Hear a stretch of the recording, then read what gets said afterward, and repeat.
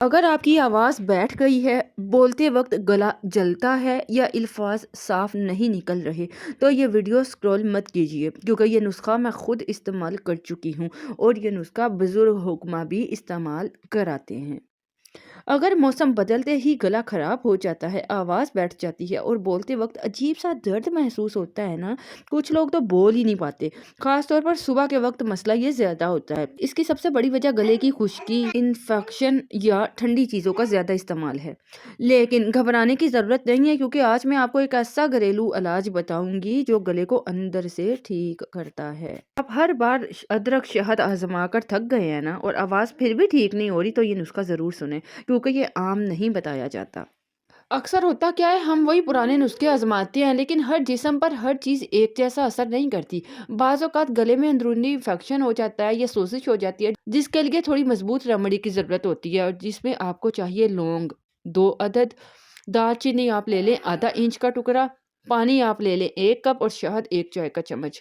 आप 1 कप पानी में लौंग और दालचीनी को डालकर 5 से 7 मिनट तक हल्की आंच पर पका लीजिए। फिर आप इसे छानकर नीम गर्म होने दीजिए, और आखिर में आपने 1 चम्मच शहद मिलाना है। और ये कहवा आपने रात को सोने से पहले आहिस्ता-आहिस्ता, जैसे चाय पीते हैं ना, वैसे सिप लेकर पीजिएगा।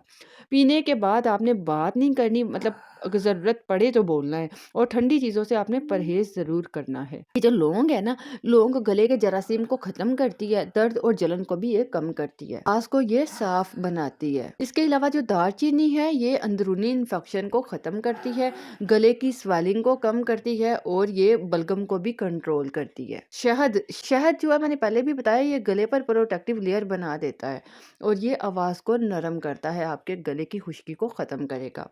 अक्सर लोगों को 1 से 2 दिन में वाज़ा फ़र्क महसूस होने लगता है।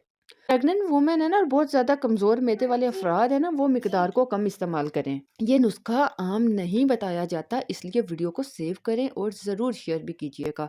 ये गलती करेंगे तो आवाज़ और ख़राब हो जाएगी। वो गलती क्या है?